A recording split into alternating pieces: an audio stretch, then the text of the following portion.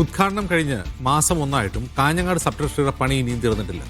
1,36,00,000 രൂപ ചെലവിൽ നിർമ്മിക്കുന്ന കെട്ടിടത്തിന്റെ പണി പൂർത്തിയാവാൻ ഇനിയും മാസങ്ങളെടുക്കും. കഴിഞ്ഞ മാസം 10-നാണ് ധനകാര്യമന്ത്രി കെ എൻ ബാലഗോപാൽ പണി പൂർത്തിയാവാത്ത സബ് ട്രഷറി കെട്ടിടം നാടിന് സമർപ്പിച്ചത്.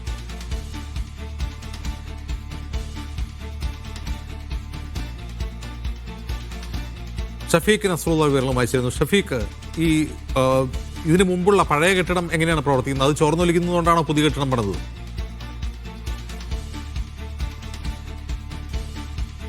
അജീംസ്, പഴയ കെട്ടിടം മാറ്റി മറ്റൊരു കെട്ടിടത്തിലാണ് ഇപ്പോൾ താൽക്കാലികമായി ട്രഷറി പ്രവർത്തിക്കുന്നത്. ഇപ്പോൾ ഈ കാണുന്നതാണ് കഴിഞ്ഞ മാസം 10-ാം തീയതി ധനകാര്യമന്ത്രി ഓൺലൈനിൽ ഉദ്ഘാടനം ചെയ്ത ഈ കെട്ടിടം. ഈ കെട്ടിടത്തിൻ്റെ പകുതി പണി പോലും അന്ന് ഉദ്ഘാടനം ചെയ്യുന്ന സമയത്ത് പൂർത്തിയായിരുന്നില്ല. അന്ന് പ്ലംബിംഗ് വർക്ക് ഒട്ടും നടന്നിരുന്നില്ല, ഇലക്ട്രിക്കൽ വർക്ക് നടന്നിരുന്നില്ല, മറ്റൊരു വർക്കും അന്ന് നടന്നിരുന്നില്ല. പെയിന്റ് പോലും അടിക്കാതിരുന്ന ഘട്ടത്തിലായിരുന്നു ഉദ്ഘാടനം നടന്നത്. ഇപ്പോൾ അതിൻ്റെ പ്രവർത്തനങ്ങൾ നടക്കുന്നുണ്ട്.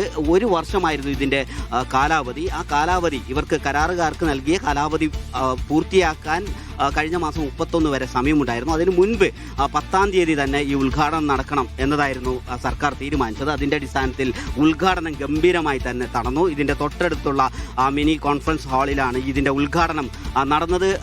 മന്ത്രി ഓൺലൈനിലാണ് ഉദ്ഘാടനം ചെയ്തത്. അതുകൊണ്ട് തന്നെ മന്ത്രിക്ക് ഈ കെട്ടിടത്തിൻ്റെ അന്നുണ്ടായിരുന്ന അവസ്ഥ കാണാനുള്ള ഒരു സാധ്യതയില്ല. ഇവിടെ വന്നായിരുന്നില്ല മന്ത്രി ഉദ്ഘാടനം ചെയ്തിരുന്നത്. ആ പ്രവർത്തനങ്ങൾ ഒട്ടും തന്നെ അന്ന് പൂർത്തിയായിട്ടില്ല. ഇപ്പോഴും ഇനി ഈ പ്രവർത്തനങ്ങൾ പൂർത്തിയാവാൻ മാസങ്ങളെടുക്കും എന്ന് തന്നെ വേണം മനസ്സിലാക്കാൻ. അതോടൊപ്പം തന്നെ ഇത് കെട്ടിടം പണി പൂർത്തിയായി കഴിഞ്ഞാൽ ഇതിൻ്റെ ഇൻറ്റീരിയർ വർക്കുകൾ പൂർത്തിയാവേണ്ടതുണ്ട്. ആ പ്രവർത്തനങ്ങളും ഇപ്പോൾ നടന്നു വരുന്നു. അപ്പോൾ നേരത്തെ കഴിഞ്ഞ മാസം 10-ാം തീയതി ഇതിൻ്റെ ഉദ്ഘാടനം നടക്കുന്ന സമയത്ത് ഇപ്പോൾ ഇതിൻ്റെ ദൃശ്യങ്ങൾ കാണുമ്പോൾ തന്നെ നമുക്ക് മനസ്സിലാവും ഈ ഒരു പണിയും പൂർത്തിയാവാതെ, ഈ ഒരു പണിയും നടക്കാതെയാണ് അന്ന് ധനകാര്യമന്ത്രി ഇത്തരത്തിൽ ഒരു ഉദ്ഘാടനം നടത്തിയത്. ആ പേരിന് ഉദ്ഘാടനം നടത്തുക എന്നതായിരുന്നു അന്ന് ഉണ്ടായത്. ആ രൂപത്തിൽ ഈ കാണുന്ന കെട്ടിടത്തിൻ്റെ ഒരു പണിയും, ഒറ്റ നില കെട്ടിടമാണ്, ട്രഷറിയുടെ സ്ഥലമാണ്. ആ ഒറ്റ നില കെട്ടിടത്തിൻ്റെ പണി പൂർത്തിയാക്കാൻ കരാർ കാലാവധി ഈ കഴിഞ്ഞ മാസം 31-ാം തീയതി വരെ ഉണ്ടായിരുന്നു. അവരുടെ കരാർ കാലാവധിക്ക് മുൻപ് തന്നെ ഇത് പണി വേഗത്തിൽ തന്നെ നടക്കുന്നു എന്ന് തന്നെ നമുക്ക് പറയാൻ കഴിയും. അവർക്ക് നൽകിയ സമയത്തിനകം ഇത് പൂർത്തിയാക്കാൻ കഴിഞ്ഞിട്ടില്ലെങ്കിൽ പോലും വലിയ വൈകാതെ ഈ പണി പൂർത്തിയാക്കാൻ കഴിയും. പക്ഷേ സർക്കാർ തീരുമാനിച്ചത് ഈ തെരഞ്ഞെടുപ്പ് പ്രഖ്യാപനത്തിന് മുൻപ് തന്നെ ഇതിൻ്റെ ഉദ്ഘാടനം നിർവഹിക്കണം. ഇങ്ങനെ ഒരുപാട് പദ്ധതികൾ നിർവഹിക്കണം. അങ്ങനെ ധനകാര്യമന്ത്രി ഓൺലൈനായാണ് ഉദ്ഘാടനം ചെയ്തത്. അന്ന് തീരെ പ്രവർത്തനങ്ങൾ നടക്കാതെ ഈ കെട്ടിടം ഉദ്ഘാടനം ചെയ്യുന്നതിൽ യൂത്ത് കോൺഗ്രസ് ഉൾപ്പെടെ വലിയ പ്രതിഷേധവുമായി രംഗത്തുണ്ടായിരുന്നു. ഇപ്പോൾ നമ്മോടൊപ്പം കോൺഗ്രസ് പ്രവർത്തകരുണ്ട്. അന്ന് നിങ്ങൾ തന്നെ പ്രതിഷേധം ഉയർത്തിയതാണ്. ഇപ്പോഴും ഇതിൻ്റെ പണി ഒട്ടും പൂർത്തിയായിട്ടില്ല. ഇനിയും മാസങ്ങൾ വേണ്ടിവരും എന്നാണ് നമ്മൾ ഇത് കാണുമ്പോൾ മനസ്സിലാവുന്നത്. ഉദ്ഘാടനത്തിൻ്റെ ഒരു രൂപത്തിൽ നിങ്ങൾ പ്രതിഷേധത്തിന് ഉയർത്തിയ കാര്യങ്ങൾ എന്തൊക്കെയായി? തീർച്ചയായും അന്ന് ധനകാര്യമന്ത്രി ഓൺലൈനായി ഈ കെട്ടിടം ഉദ്ഘാടനം ചെയ്യുമ്പോൾ അന്ന് സത്യത്തിൽ ഇവിടെ ഒരു പണിയും പൂർത്തിയായിരുന്നില്ല. ഒരു കെട്ടിടം ഈ പറയുന്ന കോൺക്രീറ്റ് ചുമരുകൾ ഉണ്ടായി എന്നതിനപ്പുറത്ത് ഒരു തരത്തിലുമുള്ള പ്ലാസ്റ്ററിങ് പോലും പൂർത്തീകരിക്കാതെയാണ് അന്ന് ഇതിൻ്റെ ഉദ്ഘാടനം നിർവഹിച്ചത്.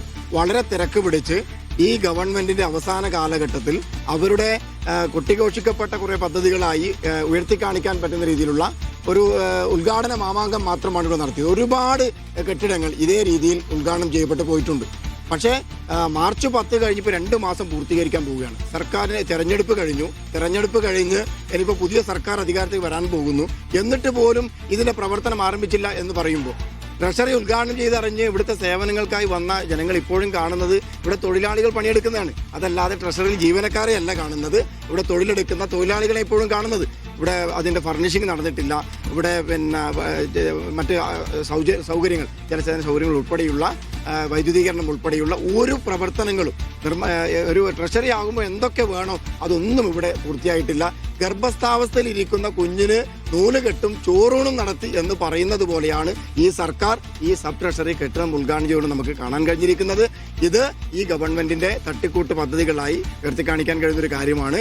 സർക്കാരിന് ഭരണം നഷ്ടപ്പെടും എന്ന് ഉറപ്പിച്ചത് കൊണ്ടാണ് തെരഞ്ഞെടുപ്പിന് മുമ്പേ തന്നെ ഇങ്ങനെയുള്ള ഒരുപാട് ഉദ്ഘാടനം നടത്തിക്കൊണ്ട് ഇവർ മുന്നോട്ട് പോയത്. ആളുകളെ സംബന്ധിച്ചിടത്തോളം പെൻഷനുകാരൊക്കെ ധാരാളമുണ്ട്, അവർക്കൊരു ഉപകാരപ്പെടേണ്ട കെട്ടിടമായിരുന്നു. തീർച്ചയായും ഇവിടെ ഈ നഗരമധ്യത്തിൽ തന്നെയുള്ള ഒരു കെട്ടിടം എന്ന നിലയിൽ സ്വാഭാവികമായും ട്രഷറി ആശ്രയിക്കുന്ന ഒരുപാട് ആളുകളുണ്ട്. അത് പെൻഷൻ പറ്റുന്നവരായിക്കോട്ടെ, പിന്നെ മറ്റ് ചെക്കുകളൊക്കെ മാറുന്ന ബില്ല്, സർക്കാരിൻ്റെ ബില്ല് മാറാൻ വരുന്നവരായിക്കോട്ടെ, ചലാനടക്കുന്നവരായിക്കോട്ടെ, ഒരുപാട് ആളുകൾക്ക് സേവനം കൊടുക്കേണ്ട ഒരു സ്ഥാപനമാണ്. ഇങ്ങനെ ഉദ്ഘാടനം നടത്തിയിട്ടും പ്രവർത്തനം ആരംഭിക്കാതെ മുന്നോട്ട് പോയി. നമുക്കറിയാം, തൊട്ടടുത്ത് അമ്മയും കുഞ്ഞും ആശുപത്രി, ഇതേപോലെ മറ്റൊരു തെരഞ്ഞെടുപ്പിന് മുമ്പ്, ഒന്നാം പിണറായി സർക്കാരിൻ്റെ അവസാന കാലത്ത് മറ്റൊരു തെരഞ്ഞെടുപ്പിന് മുമ്പ് ഉദ്ഘാടനം ചെയ്ത് ആ ആശുപത്രി പ്രവർത്തനം ആരംഭിച്ചത് നിരന്തരമായി യൂത്ത് കോൺഗ്രസും ഒക്കെ നടത്തിയ സമരത്തെ തുടർന്ന് 2 വർഷത്തിന് ശേഷമാണ് ആ ആശുപത്രി പ്രവർത്തനം ആരംഭിച്ചത്. കാഞ്ഞങ്ങാട് ജില്ലാ ആശുപത്രിയിലെ കാത്ത് ലാബിൻ്റെയും അതുപോലെ സംവിധാനങ്ങൾ ഉദ്ഘാടനം ചെയ്തു പോയിട്ടും അതിൻ്റെ പ്രവർത്തനം ആരംഭിച്ചതും വർഷങ്ങൾക്ക് ശേഷമാണ്. ഇപ്പോൾ ഈ ജില്ലയിൽ തന്നെ ഇങ്ങനെയുള്ള ഒരുപാട് സ്ഥാപനങ്ങളുണ്ട്. പിന്നെ ഒടയഞ്ചാലിൽ ഒരു ബസ് സ്റ്റാൻഡ് കം ഷോപ്പിംഗ് കോംപ്ലക്സിൻ്റെ പണി ഇപ്പോഴും വൈദ്യുതീകരണം നടത്തിയിട്ടേ ഇല്ല. ഉദ്ഘാടനം നടത്തുമ്പോൾ പിണറായി തന്നെ വന്ന് ഉദ്ഘാടനം നടത്തിയ ഒരു കെട്ടിടമാണ്. ഇപ്പോഴും അവിടെ പോയാൽ കാണാൻ കഴിയും. അങ്ങനെ ജില്ലക്കകത്തും നിരവധി കെട്ടിടങ്ങൾ പാതി വഴിയിൽ ഉദ്ഘാടനം ചെയ്യപ്പെട്ട സ്ഥിതിയാണ് നമുക്ക് കാണാൻ കഴിയുന്നത്. ജെയിംസ് ഇവിടെ സൂചിപ്പിച്ചതുപോലെ ധാരാളം പെൻഷനുകാർ, 2400 പെൻഷനുകാർ, 150ഓളം സ്ഥാപന മേധാവികൾ, അവർ സ്ഥിരം വന്ന് അവരുടെ സേവനങ്ങൾക്ക് അവിടെ എത്തിച്ചേരേണ്ട. ഷഫീഖ്, എനിക്കൊരു കാര്യം അറിയാനുള്ളത്, ഈ ഉദ്ഘാടനം കഴിഞ്ഞു ഓൺലൈനായിട്ട് ഉദ്ഘാടനം ചെയ്തത് ഈ ശിലാഫലകം സ്ഥാപിച്ച അവിടെ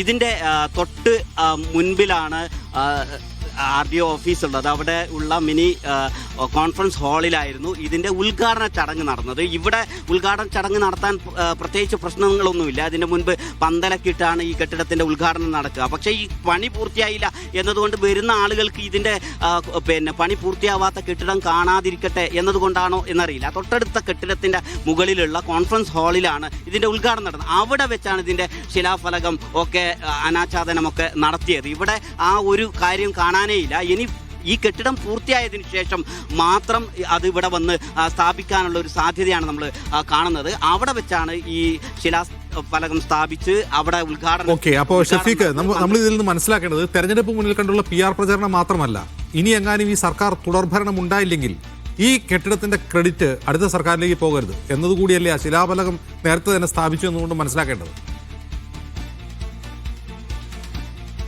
തീർച്ചയായും ഇവിടെയുള്ള കോൺഗ്രസ് പ്രവർത്തകർ, KSU പ്രവർത്തകർ, യൂത്ത് കോൺഗ്രസ് പ്രവർത്തകരൊക്കെ നേരത്തെ സൂചിപ്പിച്ചിരുന്ന അത്തരം കാര്യങ്ങളാണ്. ഈ ഫലകത്തിൽ പേര് വരിക എന്നതിനപ്പുറത്തേക്ക് ഇത്തരം കെട്ടിടങ്ങളുടെ ഉദ്ഘാടനം, ഇത് ഉദ്ഘാടനം നടത്താൻ 10% പോലും പണി പൂർത്തിയാവാത്ത ഒരു കെട്ടിടത്തിൻ്റെ ഉദ്ഘാടനം പേരിന് നടത്തുകയും അതിൻ്റെ ശിലാഫലകം തയ്യാറാക്കുകയും ചെയ്തു.